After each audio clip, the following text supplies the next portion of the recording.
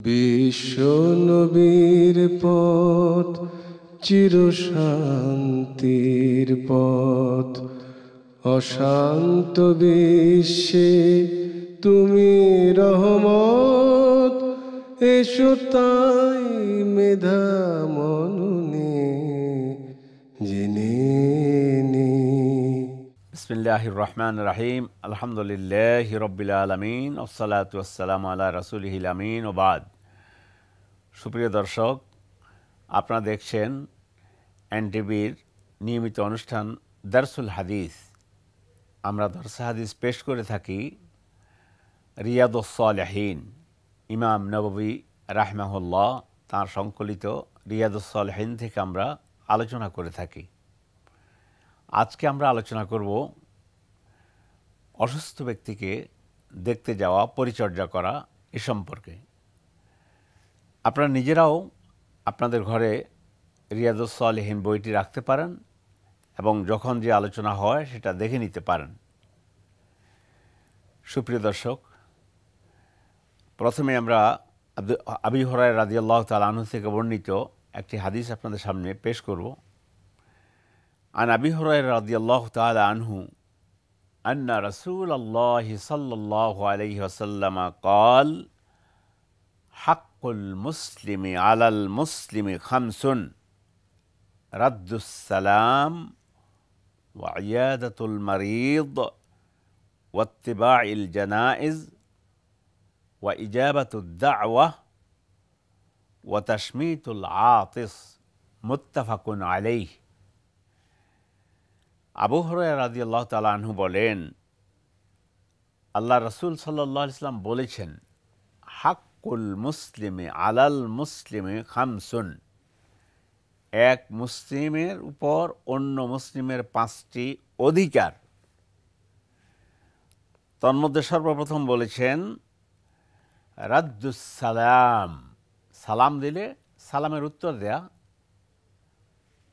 2 নম্বরে বলেছেন ওয়া ইয়াদাতুল মারিদ, অসুস্থ ব্যক্তিকে দেখতে যাওয়া, পরিচর্যা করা, সেবা করা। ওয়াত্তিবাউল জানাইজ, কেউ মারা গেলে জানাজা অনুসরণ করা, জানাজা পড়া। ওয়া ইজাবাতুদ দাওয়া, কোনো ব্যক্তি যদি দাওয়াত দেয় তাহলে তার দাওয়াত গ্রহণ করা। ওয়া তাশমিতুল আতিস, এবং হাঁচি দিলে, যে ব্যক্তি হাঁচি দিবে তার হাঁচির উত্তর দেয়া। আমাদের আলোচ্য বিষয় হচ্ছে ইয়াদাতুল মারিদ, অসুস্থ ব্যক্তিকে দেখতে যাওয়া। সুবহানাল্লাহিল আযীম।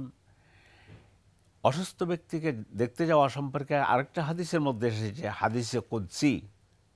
আল্লাহ রাব্বুল আলামিন তিনি বলবেন কিয়ামতের দিন, ইন্নাল্লাহ আযজা ওয়া জাল ইয়াকুলু ইয়াউমাল কিয়ামাহ, আল্লাহ রাব্বুল আলামিন কিয়ামতের দিন বলবেন, ইয়া আদম, হে আদম সন্তান, মারিদতু ফালাম তাউদনি, আমি তো অসুস্থ হয়েছিলাম, আমাকে তো তুমি দেখতে আসনি। ক্বালা ইয়া রাব্বুল আলামিন কাইফা আউদুক, রব্বুল আলামিন আপনাকে কীভাবে আমি পরিচর্যা করব, দেখতে আসবো অসুস্থ হলে? ওয়ান্তা রব্বুল আলামিন, আপনি সমস্ত জগতের প্রতিপালক। ক্বালা আমা আলিমতা আন্না আবদি ফুলানান মারিদা ফালাম তাউদহু, তুমি কি জানো না আমার অমুক বান্দা অসুস্থ হয়েছে, কিন্তু তুমি তাকে দেখতে যাওনি, সেবা যত্ন করনি। আমা আলিমতা আন্নাকা লাউ উদ্দানি, আমা আলিমতা আন্নাকা লাউ উদ্দাহু লাওয়াজাদতানি ইনদাহু, তুমি কি জানো না যদি তুমি তাকে দেখতে যেতে, তার পরিচর্যা করতে, তার একটু সেবা করতে, তাহলে তুমি আমাকে সেখানে পেয়ে যেতে। তাহলে আমরা দেখতে পাচ্ছি অসুস্থ ব্যক্তিকে দেখতে যাওয়ার গুরুত্ব কত অপরিসীম।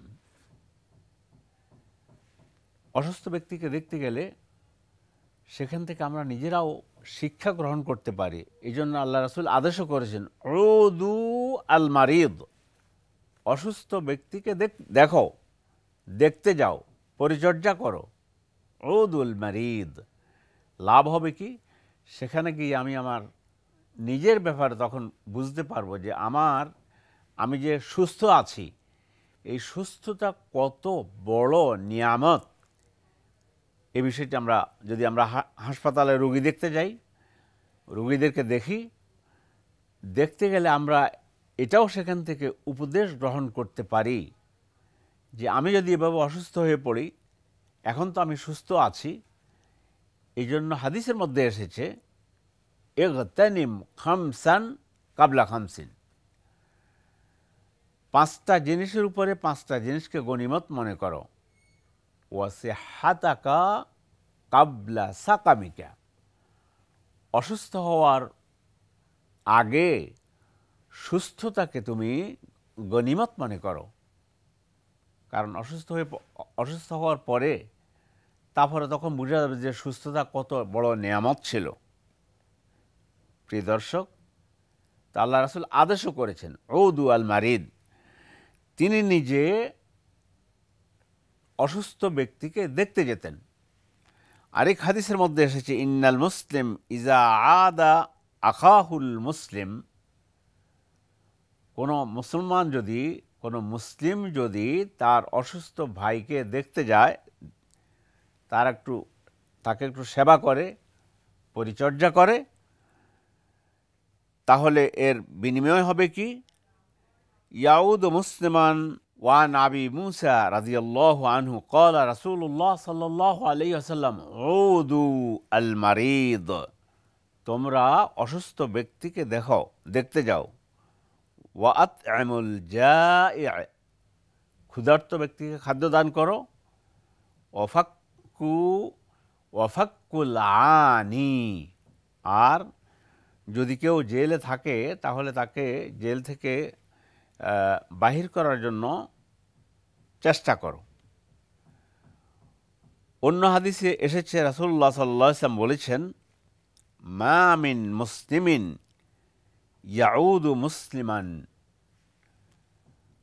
গুদওয়াতান ইল্লা সাল্লা আলাইহি ৭০,০০০ মালিকিন হাত্তা ইয়ামসি, কোনো ব্যক্তি যদি তার ভাইকে সকালবেলায়, কোনো রোগীকে সকালবেলা দেখতে যায়, তাহলে সন্ধ্যা হওয়ার পূর্ব পর্যন্ত ৭০,০০০ ফেরেশতা তার উপরে সলাত এবং সালাম পেশ করে, তার জন্য দোয়া করে। ওয়াইন আদাহু আশিয়াতান, আর যদি তাকে সন্ধ্যায় দেখতে যায়, ইল্লা সাল্লা আলাইহি ৭০,০০০ মালিক হাত্তা ইউসবিহা, আর যদি সন্ধ্যায় কোনো রোগী দেখতে যায়, তাহলে সকাল হওয়া পর্যন্ত ৭০,০০০ ফেরেশতা ওই ব্যক্তির উপরে সালাত সালাম এবং তার জন্য আল্লাহর নিকট দোয়া করে। অসুস্থ ব্যক্তিকে আল্লাহ রাসূল দেখার জন্য যেতেন। একবার তিনি একজন খ্রিস্টান বালককে দেখতে গেলেন। অসুস্থ একজন খ্রিস্টান যুবককে তিনি দেখতে গেলেন। হাদিস আনাস রাদিয়াল্লাহু তাআলা আনহু থেকে বর্ণিত, কানা গোলামান ইয়াহুদিয়ান ইয়াখদিমুন নবিয়্য সাল্লাল্লাহু আলাইহি ওয়াসাল্লাম, একজন ইহুদি যুবক রাসূলুল্লাহ সাল্লাল্লাহু আলাইহি ওয়াসাল্লামের খাদেম ছিল। ফাআতাহু, অসুস্থ হয়েছে, ফাআতাহু আন-নবী সাল্লাল্লাহু আলাইহি ওয়াসাল্লাম ইয়াউদুহু, আল্লাহ রাসূল তাকে দেখতে গেলেন। ইয়াউদুহু ফাকাআদা ইনদা রাসিহি, তার মাথার পাশে বসলেন আল্লাহ রাসূল সাল্লাল্লাহু আলাইহি ওয়াসাল্লাম। ফাকালা লাহু, তাকে দেখে এরপর তাকে ইসলামের দাওয়াত দিলেন। ফাকালা লাহু আসলিম, ইসলাম গ্রহণ করো। ফানাযারা ইলা আবিহি ওয়া হুয়া ইনদাহু, যুবকটা তার পিতার দিকে তাকালো। আল্লাহ রাসূল যখন তার কাছে ইসলাম গ্রহণ করার প্রস্তাব দিলেন, তার বাবার দিকে তাকালো। তাকাবার পরে ফাকালা আতি আবাল কাসিম, তুমি আবুল কাসেম মানে মুহাম্মদ সাল্লাল্লাহু আলাইহি ওয়াসাল্লামের কথা বলা হয়েছে, আবুল কাসেমের আনুগত্য করো। ফা আসলামা, ইসলাম গ্রহণ করলো। সুবহানাল্লাহিল আযীম। রোগী দেখতে গিয়েছে, এতটুকু সেবা দেওয়ার কারণে, এতটুকু মানে কাজ করার কারণে আল্লাহ রাসূল সাল্লাল্লাহু আলাইহি ওয়াসাল্লাম তখন ওই যুবকটাকে ইসলামের দাওয়াত দিলেন। যুবক ইসলামের দাওয়াত কবুল করলেন। ফা আসলামা, ইসলাম গ্রহণ করলেন। ফাখারাজান নবী সাল্লাল্লাহু আলাইহি ওয়াসাল্লাম, রাসূলুল্লাহ সাল্লাল্লাহু আলাইহি ওয়াসাল্লাম তার কাছ থেকে বের হলেন। অহুয়া ইয়াকুল, আল্লাহ রাসূল বললেন, আলহামদুলিল্লাহিল্লাযী আনকাযাহু মিনান নার। ওই আল্লাহর প্রশংসা যিনি এই যুবকটিকে জাহান্নাম থেকে মুক্তি দান করলেন। মানে ইহুদি ধর্ম ত্যাগ করে সে ইসলাম ধর্ম গ্রহণ করেছে, আল্লাহ তাকে জাহান্নাম থেকে মুক্তি দিয়েছেন, জান্নাতের পথে আসার তৌফিক দিয়েছেন। কিন্তু বিষয়টা দেখুন, আল্লাহ রাসূলের খেদমত করেছে এই যুবক, সুযোগটা গ্রহণ করেছেন। অসুস্থ হয়ে যখন বিছানায় পড়েছে তখন তাকে দেখতে গিয়ে তার পরিচর্যা করলো, একটু দেখলো, খোঁজ খবর নিল, নেয়ার পরে ইসলামের দাওয়াত দিল, ইসলামের দাওয়াত কবুল করেছে, ইসলাম গ্রহণ করেছে, জাহান্নাম থেকে মুক্তি পেয়ে জান্নাতের পথে চলে এসেছে। সুবহানাল্লাহিল আযীম। এরপর আমরা আলোচনা করব রোগী দেখতে গিয়ে কি করা উচিত। হযরত আয়েশা রাদিয়াল্লাহু তাআলা আনহা থেকে হাদিস বর্ণিত, আন্নান নাবিয়্যা সাল্লাল্লাহু আলাইহি ওয়াসাল্লাম কানা ইযা ইশতাকাল ইনসানু শাই মিনহু আও কানাত বিহি কারহা আও জারহ ক্বালা নবী সাল্লাল্লাহু আলাইহি সাল্লাম। এটা হাদিস বর্ণনা হয়েছে। আল্লাহ রাসূল বিভিন্ন দোয়া পাঠ করতেন, সেই দোয়ার মধ্যে একটা এসেছে, কানা ইয়াউদু বাদা আহলিহি ইয়ামসাহ বিয়াদিহিল ইউমনা ইয়াকুলু আল্লাহুম্মা রব্বান নাস আযহিব আল বাস ওয়াশফি আনতা শাফি লা শিফাআন ইল্লা শিফাউক শিফাআন লা ইউগাদিরু সাকামা। মুত্তাফাকুন আলাইহি। আল্লাহ রাসূল তিনি তার কখনো কখনো কোনো আত্মীয় স্বজনকে অসুস্থ হলে দেখতে যেতেন, এরপরে তার গায়ে ডান হাত দিয়ে হাতটা বুলিয়ে দিতেন এবং এই দোয়া পাঠ করতেন, আল্লাহুম্মা রব্বান নাস, হে আল্লাহ মানুষের প্রতিপালক, আযহিবিল বাস, আপনি এই ব্যক্তি থেকে যে কষ্ট পাচ্ছে, অসুস্থ, এটা আপনি দূরীভূত করে দেন। আযহিবিল বাস ওয়াশফি, তাকে শিফা দান করেন। আনতা শাফি, আপনি শিফা দান করি, আপনি শিফা দানকারী। লা শিফাআন ইল্লা শিফাউক, শিফা তো আসলে তো শিফা দান করা, সুস্থতা দান করা, এটা আপনার সুস্থতা ছাড়া তো আর কোনো কেউ দিতে পারবে না, কারো পক্ষে সুস্থ করা সম্ভব না। শিফাআন লা ইউগাদিরু সাকামা, এমন সুস্থতা দান করেন যে এরপর আর সে কখনো অসুস্থ হবে না। অন্য একটা বর্ণনা এসেছে, আনাস রাদিয়াল্লাহু তাআলা আনহু থেকে বর্ণিত, তিনি বলেন, আন্নাহু ক্বালা লিসাবিত রাহিমাহুল্লাহ আলা আরকিকা বিরুকিয়াতি রাসূলিল্লাহি সাল্লাল্লাহু আলাইহি ওয়াসাল্লাম। হযরতে আনাস রাদিয়াল্লাহু তাআলা আনহু তিনি সাবিতকে বললেন, আমি কি তোমাকে ঝাড়ফুঁক করব যেভাবে ঝাড়ফুঁক করতেন রাসূলুল্লাহ সাল্লাল্লাহু আলাইহি ওয়াসাল্লাম। রাসূল কিভাবে ঝাড়ফুঁক করতেন?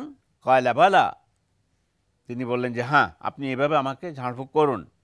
তখন বললেন যে, আল্লাহ রাসূল বলতেন, আল্লাহুম্মা রব্বিন নাস মুযহিবিল বাস ইশফি আনতা শাফি লা শাফিয়া ইল্লা আনতা শিফাআন লা ইউগাদিরু সাকামা।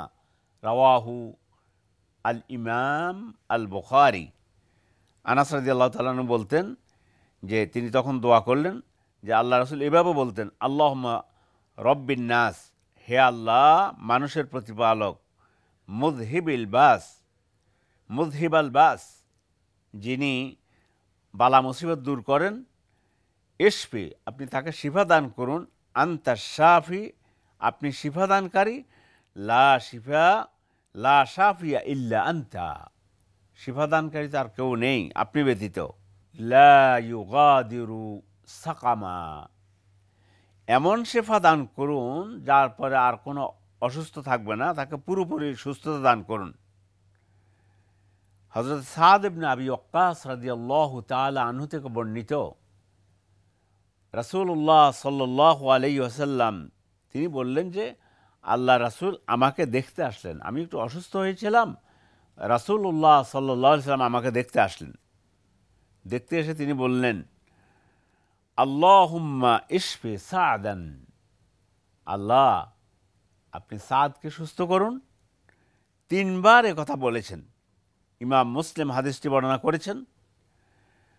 হযরতে ওসমান ইবনে আবিল আস রাদিয়াল্লাহু তাআলা আনহু থেকে বর্ণিত, আন্নাহু শাকা ইলা রাসূলিল্লাহ সাল্লাল্লাহু আলাইহি ওয়াসাল্লাম ওয়াজআন, তিনি একটু শরীরের মধ্যে কোনো এক জায়গায় ব্যথা অনুভব করছিলেন। আল্লাহ রাসূলকে বললেন যে আমি এই জায়গায় ব্যথা অনুভব করছি।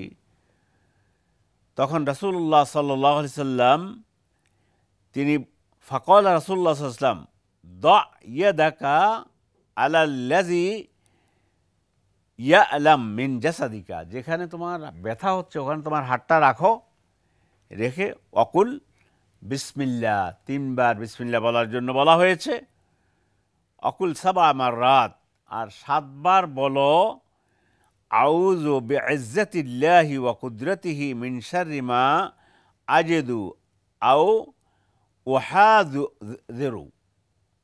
তখন হযরত সাদকে বললেন যে তুমি এই দোয়াটি পাঠ করো, কি আউযু বিইজ্জাতিল্লাহ, আল্লাহর ইজ্জতের উসিলায় আমি আল্লাহর নিকট আশ্রয় প্রার্থনা করছি, অকুদরতিহি, এবং আল্লাহর কুদরতের মাধ্যমে, মিন শাররি মা আজিদু, আমি যে ব্যথা অনুভব করছি এই জন্য আমি আল্লাহর কাছে আশ্রয় প্রার্থনা করছি। এই দোয়াটি আমরা যদি নিজেরাও কোথাও ব্যথা অনুভব করি তাহলে এই দোয়াটা আমরা পাঠ করতে পারি। দোয়াটি আমি আবার পড়ছি, আউযু বিইজ্জাতিল্লাহি ওয়া কুদরতিহি মিন শাররি মা আজিদু আও উহাযিরু।